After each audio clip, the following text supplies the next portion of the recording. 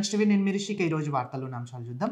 ఇక కేంద్రంలోని జమిలీ ఎన్నికల గురించి ఈ రోజు పార్లమెంట్లో బిల్ ప్రవేశపెట్టారు. దీనికి గాను కొంతమంది కూడా దీన్ని వ్యతిరేకించారు, మరికొంతమంది దీన్ని సమన్వయంగా ప్రకటించారు. అసలు ఈ జమిలీ ఎలక్షన్స్ ఎందుకు దీన్ని పార్లమెంట్ సవరణ తీసుకొచ్చింది, అసలు పార్లమెంట్లో ఈ బిల్లును ప్రవేశపెట్టడానికి రీజన్ ఏంటి, అసలు జమిలీ ఎలక్షన్స్ వస్తే అందరికీ కూడా సమర్థవంతంగా ఉంటుందా లేదా అనే అంశం మీద మాట్లాడడానికి మనతో పాటు కాలర్ సిద్ధంగా ఉన్నారు, వారిని అడిగి తెలుసుకుందాం. ఓకే రైట్, మరి జమిలీ ఎలక్షన్ గురించి మాట్లాడడానికి మనతో పాటు కాలర్ సిద్ధంగా ఉన్నారు, వారిని అడిగి తెలుసుకుందాం. నమస్తే అండి. నమస్తే రిషి గారు. చెప్పండి విష్ణు గారు. అంటే ఇప్పుడు జమిలీ ఎలక్షన్స్ గురించి ఈ రోజు పార్లమెంట్ లో ఒక బిల్లు ప్రవేశపెట్టారు. దాన్ని కొంతమంది వ్యతిరేకిస్తున్నారు, కొంతమంది దాన్ని యాక్సెప్ట్ చేస్తున్నారు. దాని మీద మీ ఒపీనియన్ ఏంటి? రిషి గారు, మన దేశానికి ఎలక్షన్స్ వచ్చేసి మనకు 2019 జరిగాయి, గుర్తుకుంది కదా మీకు? అవును. ఈ ఎన్నికల్లో పాటు మనకు ఆంధ్రప్రదేశ్, మన అరుణాచల్ ప్రదేశ్, ఒడిశా గానీ మరియు సిక్కిం రాష్ట్రాలు ఉన్నాయి కదా. అవును. తర్వాత మళ్ళీ హర్యానాకు, మహారాష్ట్రకు, జార్ఖండ్ లో రాష్ట్రాల్లో ఎలక్షన్ జరిగాయి మనకు. హలో చెప్పండి. వినిపిస్తుందా? వినిపిస్తుంది, చెప్పండి. ఈ 2021లో మనకు పుదుచ్చేరి ఉంది కదండి, తమిళనాడు గానీ మన పశ్చిమ బెంగాల్లో ఈ ఎలక్షన్ జరగనున్నాయి అన్నమాట. ఇవి అంటే ఇంత ముందుకు జరిగినాయి, 21 లో జరిగాయి ఆల్రెడీ. అయితే ఈ ఎలక్షన్స్ అనేది చాలా బాగుంది జమిలీ అనేది. కాకపోతే దాని వెనకాల వచ్చే ప్రాబ్లమ్స్ కూడా చాలా ఉంటాయి కానీ ఇంకా ఆ ప్రాబ్లమ్స్ కూడా దానికి సెక్యూరిటీ అంటే బందోబస్తు, మన మిలిటరీ బందోబస్తు చాలా ముఖ్యం కదా. అవును. మరి అవి చూసుకోకపోతే చాలా ఇబ్బంది అవుతాయి రాబోయే రోజుల్లో కూడా. అయితే పబ్లిక్ అనేది మాత్రం ఇది ఒకేసారి ఎన్నిక కాబట్టి చాలా మంచి విషయమే. కాకపోతే దాని వెనకాల జరిగే పరిణామాలు కూడా చాలా దారుణంగా ఉంటాయి కాబట్టి వాటిని సెక్యూరిటీగా చాలా అండర్స్టాండింగ్ గా చూసుకోవాల్సిన బాధ్యత కూడా అది మన సెంట్రల్ గవర్నమెంట్ కూడా చాలా ఇంపార్టెంట్ అన్నమాట అది. రైట్, మరి అయితే జమిలీ ఎలక్షన్స్ అసలు ఎందుకు వ్యతిరేకిస్తున్నారు, కొంతమంది దీన్ని ఎందుకు యాక్సెప్ట్ చేస్తున్నారు? మరి కొంతమంది అంటే ఇప్పుడు రాజకీయ పరంగా కూడా ఎలక్షన్స్ అనేటివి వాళ్ళకు అనుకూలంగా ఉండడం కొరకు కూడా కొంతమంది వ్యతిరేకించడం జరుగుతున్నది. కానీ అది సరైన నిర్ణయం కాదనేది మేము చెప్పగలుగుతున్నాం వాళ్ళ కామన్ మ్యాన్ గా. ఎందుకంటే వాళ్ళు పబ్లిక్ ను దృష్టిలో పెట్టుకొని వాళ్ళు అన్నిటికీ ఒకే విధానమైన చెప్తున్నా కదా జనరల్ గా. ఈ యొక్క ఆలోచన విధానం అనేది ఒకే అంటే వన్ నేషన్ వన్ ఎలక్షన్స్ అనేది చాలా బాగుంటుంది అనమాట ఇది పబ్లిక్ అనేది. కాబట్టి వాళ్ళు దానికి సహకరిస్తే వాళ్ళు చాలా అంటే ఒక మంచి పరిణామం అనమాట అది. వాళ్ళు సహకరిస్తే దానికి వాళ్ళు మరి దేని కొరకు ఆ విధంగా వ్యతిరేకిస్తారో వాళ్ళకి తెలియాలి. అది కరెక్ట్ అయిన విషయం కాదని చెప్పేసి ఒక సాధారణ పౌరుడిగా నేను చెప్పగలుగుతున్నాను. రైట్, మరి ఇక రాష్ట్రంలో తీసుకున్నట్టయితే కాంగ్రెస్ పార్టీ కూడా దీన్ని వ్యతిరేకిస్తుంది, అలాగే బీఆర్ఎస్ పార్టీ కూడా దీన్ని యాక్సెప్ట్ చేసింది. మరి రాష్ట్ర స్థాయిలో కూడా తీసుకున్నట్టయితే కాంగ్రెస్ దీన్ని వ్యతిరేకించడానికి గల కారణాలు ఏంటి, అసలు బీఆర్ఎస్ దీన్ని యాక్సెప్ట్ చేయడానికి కారణం ఏంటి? అంటే మధ్యంతర ఎన్నికలు వస్తే ఖచ్చితంగా బీఆర్ఎస్ ఫామ్ లోకి వస్తుందని అభిప్రాయమా, లేకపోతే ఇంకా వేరే ఏదైనా అభిప్రాయం ఉందంటారా? ఈ జమిలీ ఎన్నికలు అనేటివి అధికారంలో ఉన్న వారికి కొద్దిగా ఇబ్బందికరంగా ఉంటాయి. యాక్చువల్లీ రాష్ట్ర పరంగా చూస్తే అధికారంలో లేని వాళ్ళకి కొద్దిగా అనుకూలమైన విషయం చెప్పుకోవచ్చు. ఇది మన సాధారణ పౌరులు చెప్తున్నా మీకు. ఎందుకంటే వారికి ఎలక్షన్స్ వస్తాయి కదా, అంత లోపల వీరి యొక్క అంటే అధికారంలో ఉన్న పార్టీ వాళ్ళు ఏవైతే మనకు ఇప్పుడు పబ్లిక్ కొన్ని హామీలు ఇచ్చారు కదా, అవి నెరవేర్చినామో అధికార పార్టీ కూడా సపోర్ట్ అనమాట బాగుంటది. అది అవి నెరవేర్చకపోతే ఇట్లా 100% అది వ్యతిరేకత ఖచ్చితంగా వస్తుంది అనమాట. కాబట్టి ఇది అధికారం లేని బీఆర్ఎస్ పార్టీకి ఇది ఒక సపోర్ట్ గా ఉంటది అనమాట జమిలీ ఎన్నికలు అనేవి. అంటే ఇది రాష్ట్ర వ్యాప్తంగానే కాదు, దేశ వ్యాప్తంగా కూడా అధికారంలో లేని వారికి ఎక్కువ సపోర్టింగ్ గా ఉంటది ఇంకా. ఓకే, సో మీ దృష్టిలో జమిలీ ఎలక్షన్స్ గురించి మంచి నిర్ణయమే అంటారు అయితే? జమిలీ ఎన్నికలు అనేటివి నేను రాజకీయ పరంగా అయితే వాళ్ళ కరెక్ట్ కాకపోవచ్చు, ఓకే, బట్ పబ్లిక్ పరంగా చూస్తే మాత్రం ఇది 100% నేను కరెక్ట్ అని చెప్పగలుగుతున్నాను. ఓకే, రాష్ట్ర స్థాయిలో తీసుకున్నట్టయితే ఇప్పుడు తెలంగాణ రాష్ట్రంలో తీసుకున్నట్టయితే తెలంగాణ గవర్నమెంట్ అంటే కాంగ్రెస్ పరిపాలన తీరు ఎలా ఉంది? ఈరోజు అసెంబ్లీ సమావేశాలు కూడా నడుస్తున్నాయి, బిల్లుల మీద కూడా అసెంబ్లీ సమావేశాల్లో నడుస్తున్నాయి. దాని మీద మీ అభిప్రాయం ఏంటి? అంటే ఇప్పుడు 6 గ్యారెంటీలు కూడా అమలు చేసేదాకా ఖచ్చితంగా వెంట పడతామని బీఆర్ఎస్ శ్రేణులు అంటున్నారు, లేదు ఖచ్చితంగా అమలు చేశాము అని చెప్పేసి కూడా కాంగ్రెస్ శ్రేణులు అంటున్నారు. మరి దాని మీద మీ ఒపీనియన్ ఏంటి? ఇప్పుడు అధికారంలో ఉన్న పార్టీ కాంగ్రెస్ అనేది 6 గ్యారెంటీలు అయితే అందులో ఒక 2 వరకు చేసినాయని నేను అనుకుంటున్నా. బట్ మిగతా అనేది ఇంకా పూర్తి చేయలేదు. కాబట్టి పబ్లిక్ కొంతమంది అయితే అసంపూర్ణంగా కూడా ఉన్నారు అన్నమాట ఈ కాంగ్రెస్ అంటే గవర్నమెంట్ పరంగా. దాని గురించి మనం ఎట్లా అంటే ఇప్పుడు పబ్లిక్ ఈ గవర్నమెంట్ ఉన్నది పబ్లిక్ కోసమే కదా. వాళ్ళు పెట్టినటువంటి హామీలు అమలు పరిస్తే అది ఏ ప్రభుత్వం అయినా సరే కానీ 100% మళ్ళా కూడా అధికారంలోకి రాగలుగుతాయి అన్నమాట. ఇలాంటి జమిలీ ఎన్నికలు ఎన్ని వచ్చినా సరే, ఎలా వచ్చినా సరే. చెప్పిన హామీలు అనేటివి ఏ ప్రభుత్వం అయినా సరే అమలు పరిస్తే మాత్రం అది అధికారంలో 100% ఉంటదన్నమాట మళ్ళీ. సో అలా అంటారైతే. సో రాష్ట్ర స్థాయిలో తీసుకున్నట్టయితే కూడా ఇప్పుడు 6 గ్యారంటీల విషయంలో కూడా మీరు అసంతృప్తిని వ్యక్తం చేస్తున్నారు. 100% అయితే మాత్రం ఒక 100% లో ఒక 40% వరకు అయితే ఓకే ఉంది. ఒక 60% అయితే మాకు కొద్దిగా బాధాకరమైన విషయం అన్నమాట అది. ఓకే, మిమ్మల్ని ఒక కామన్ మ్యాన్గా ఒక క్వశ్చన్ అడుగుతున్నాను. అంటే ఇప్పుడు కేవలం అంటే రాష్ట్ర స్థాయిలో అటు బీఆర్ఎస్ పార్టీ 9 సంవత్సరాల పరిపాలన చూసాము, అలాగే ఇప్పుడు కాంగ్రెస్ పార్టీ 1 year పరిపాలన చూస్తున్నాం. దానికి దీనికి వ్యత్యాసం ఏమంటారు? దానికి దీనికి గల తేడా ఏమంటారు? అంటే ఆ పార్టీకి 9 సంవత్సరాలు పాలన ఇచ్చారు కదా. అవును. బట్ ఈ అధికారం ఉన్న పార్టీ కూడా 9 సంవత్సరాలు పాలన ఇస్తే ఒకవేళ బీఆర్ఎస్ అంత లెవెల్ కూడా ఇంప్లిమెంట్ కావచ్చేమో, అంతకు మించి కూడా కావచ్చు. ఇంకా చెప్పలేని పరిణామం కదా. ఎందుకంటే 1 year పాలన ఒక రకంగా చెప్పాలంటే ఒక 50% ఓకే ఉంది. అది ఇంకా టైం ఇస్తే చెప్పలేము, ఇంకా ఇంప్లిమెంట్ కూడా కావచ్చు కదా. అది అధికారంలో ఉంది కదా అని చెప్పేసి మనకి ఏదో స్వార్థపరంగా మనం ఆలోచించకూడదు. అది ఏ పార్టీ అయినా సరే ఒక పబ్లిక్ కామన్ మ్యాన్ గా అన్ని పార్టీలకు ఎంతవరకు చేస్తున్నాయో దాన్ని బట్టి మనం వాళ్ళకు ఏమంటారు సంథింగ్ వాళ్ళకు చెప్పండి. వినిపిస్తుందా? వినిపిస్తుంది, మీరు చెప్పండి, మీరు మాట్లాడండి. వాళ్ళకి సపోర్టింగ్ గా ఉండాలన్నమాట. అది ఏ పార్టీ అయినా సరే పర్లేదు వాళ్ళు, ఎందుకంటే అవకాశాలు వస్తాయి, ప్రతి ఒక్కరికి వస్తాయి, ప్రతి పార్టీకి వస్తూనే ఉంటుంది అవకాశం అనేది. అది ఇచ్చినప్పుడు వారు కూడా ఉపయోగించుకోవాలి, పార్టీ నాయకులు కూడా. అలా ఉపయోగించుకోకపోతే మన పబ్లిక్ మాత్రం అయితే 100% అయితే చేంజ్ చేస్తూనే ఉంటారు government. Okay, thank you so much sir, మీ అభిప్రాయాన్ని తెలియజేసినందుకు thank you so much. Okay right. మరి తెలంగాణలో కూడా తీసుకున్నట్టయితే ఈరోజు అసెంబ్లీ సాక్షిగా కూడా హరీష్ రావు గారు ఫైర్ అయ్యారు. మేము చేసిన అప్పులు అని అంటున్నారు. మేము చేసిన అప్పులకు చూపించినట్టయితే దేనికైనా మేము బేషరతుగా సిద్ధంగా ఉంటామని చెప్పేసి కూడా సవాల్ విసిరారు. అలాగే బట్టి విక్రమార్కకు హరీష్ రావుకి జరిగిన సంభాషణలో కూడా బట్టి విక్రమార్క గారు, మీరు అప్పుల పాలు చేసిపోయిన తెలంగాణ రాష్ట్రాన్ని మేము పరిపాలిస్తున్నాము, ఇంకా తెలంగాణలో కేవలం అప్పులు కట్టడానికి మాత్రమే మేము చూస్తున్నాము, 6 గ్యారెంటీలు వెంట అంటున్నారు. ఖచ్చితంగా మేము 6 గ్యారెంటీలు అమలు చేస్తామని చెప్పేసి కూడా అసెంబ్లీ సాక్షిగా బట్టి విక్రమార్క గారు చెప్తున్న నేపథ్యంలో కూడా హరీష్ రావు గారు, లేదు మేము 4 కోట్ల అప్పులు మాత్రమే చేశాము, మిగతాది మొత్తం మీరు సృష్టించి మాట్లాడుతున్నారని చెప్పేసి కూడా హరీష్ రావు గారు ఫైర్ అయ్యారు. మరి ఈ అంశం గురించి మాట్లాడడానికి మనతో పాటు కాలర్ సిద్ధంగా ఉన్నారు, వారిని అడిగి తెలుసుకుందాం. నమస్తే అండి.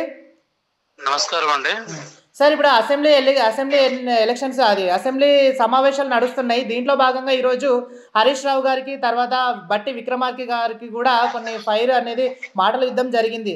అంటే పెండింగ్ బిల్లులు మీరు అప్పుల పాలు చేసిన తెలంగాణ రాష్ట్రం మీరు అని చెప్పేసి కూడా బట్టి విక్రమార్క గారు అన్నారు. లేదు మేము ఖచ్చితంగా అవి మేము సాల్వ్ చేసే వెళ్ళామని చెప్పేసి కూడా హరీష్ రావు గారు అంటున్నారు. అసలు ఏం జరుగుతుంది తెలంగాణలో? వీటి మధ్య సంభాషణ దీన్ని ఎలా పరిగణలోకి తీసుకోమంటారు? అసలు ఎలా దీని మీద మీరు స్పందన ఏం చెప్తారు? జరుగుతుండలే అండి, ఇన్ని రోజులు పంచమని చెప్పేసి వాళ్ళు దోసుక తిన్నారు. ఇప్పుడు ఆపులు ఈ ఆపులు ఉన్నాయని చెప్పి వీళ్ళు ఆపులని చూపించి వీళ్ళు దోసుక తింటారు. జస్ట్ మాటలుగా రెడీ చెప్తే అభివృద్ధి అనేది ఎక్కడ లేదు. సంవత్సరం గడుస్తున్నా ఇప్పటి వరకు సర్పంచ్ ఎలక్షన్స్ పెట్టకుండా గ్రామ పంచాయతీలు మొత్తం కూడా ఎక్కడ పడితే అక్కడ కుంట పడిపోయినాయండి. ఎక్కడ సమస్యలు అక్కడ పేరుకుపోయినాయి, కుప్పలు. సంవత్సరం అవుతుంది గవర్నమెంట్ ఫామ్ అయ్యి ఇప్పటి వరకు ఎలక్షన్స్ పెట్టాలన్న స్టోరీ లేకుండా పోయింది. అసలు ఎంతసేపు ఉన్నా పబ్లిక్ ని డైవర్ట్ చేయాలనే ఆలోచనే తప్పితే పబ్లిక్ ఉపయోగపడే పనులు చేద్దాం, బిల్లులు ఆమోదిద్దాం అనే ఆలోచన ఎక్కడా లేదండి. అసెంబ్లీ అనేది వాళ్ళు ఓన్లీ కొట్టుకొని తిట్టుకోవడం, టైం పాస్ కోసమే అసెంబ్లీ అనేది నడిపిస్తున్నారు తప్పితే ప్రాంతం తెలంగాణ రాష్ట్రం అభివృద్ధి చెందాలనే ఉద్దేశంతో అసెంబ్లీ నడవట్లేదండి. అంటే ఇప్పుడు చెప్పండి.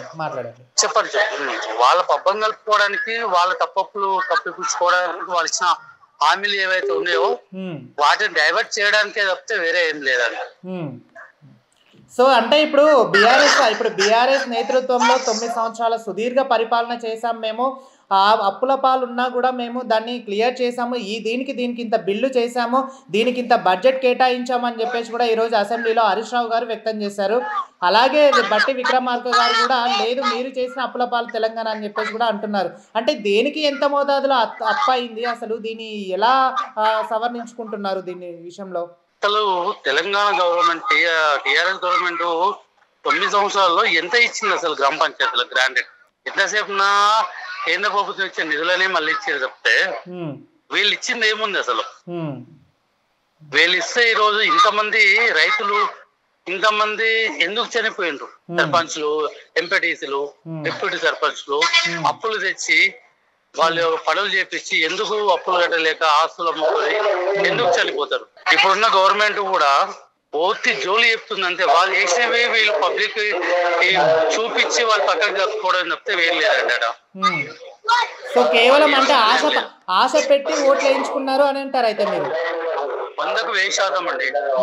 గాల్లో మేడ కట్టారండి, గాల్లో మేడలు కట్టి చూపించారు నీటి బుడగల్లాగా.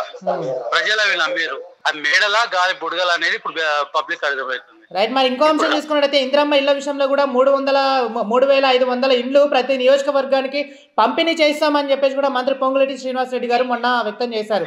నిజంగానే అర్హులైన పేదలకు ఈ ఇండ్లు, లబ్ధిదారులకు ఈ ఇండ్లు అందుతాయంటారా? అసలు కమిటీ సభ్యులు ఎవరు ఉన్నారండి? ఇప్పుడు ఇందిరమ్మ కమిటీలు వేసారు కదా, అవును. అసలు కమిటీల సభ్యులు ఎవరు ఉన్నారు? కాంగ్రెస్ పార్టీ నాయకులు. అవును. పేదలకు ఎట్లా చెందుతాయండి? సింపుల్. ఇది ఒక చిన్న విషయాన్ని మనం ఆలోచిద్దాం. ఇప్పుడు ఎవరైతే పేదలంటే ఎట్లా ఉండాలి?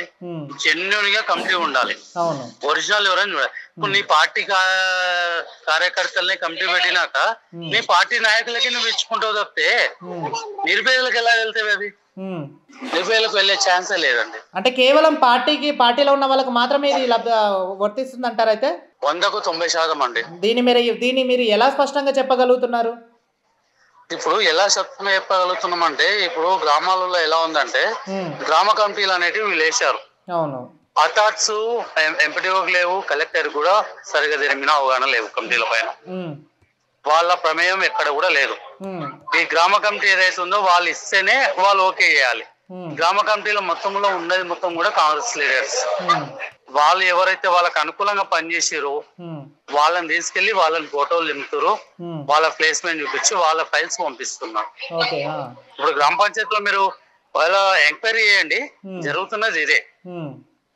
అంటే మరి ఇంకో సంక్రాంతి నాటికి కూడా సన్నబియ్యం పంపిణీ చేస్తామని చెప్పేసి కూడా ఉత్తమ్ కుమార్ రెడ్డి గారు వెల్లడించారు. అది నిజమే అంటారా? సంక్రాంతి నాటికి సన్నబియ్యం తెలంగాణ రాష్ట్రంలోని అమలు అవుతాయంటారా? సన్నబియ్యం ఇచ్చేది దేవుడేరో కానీ ఫస్ట్ రేషన్ కార్డులు ఇవ్వమని చెప్పండి. ఇవాళ రేపు అని ఎలక్షన్ హామీలో ఫస్ట్ మేము వచ్చినప్పుడే ఫస్ట్ రేషన్ కార్డులు ఇస్తామని చెప్పారు. మొన్న డిసెంబర్ ఇస్తామని చెప్పి ఆశ పెట్టారు. మళ్ళీ ఇప్పుడు సంక్రాంతి పండుగ తర్వాత రేషన్ కార్డులు అంటున్నారు.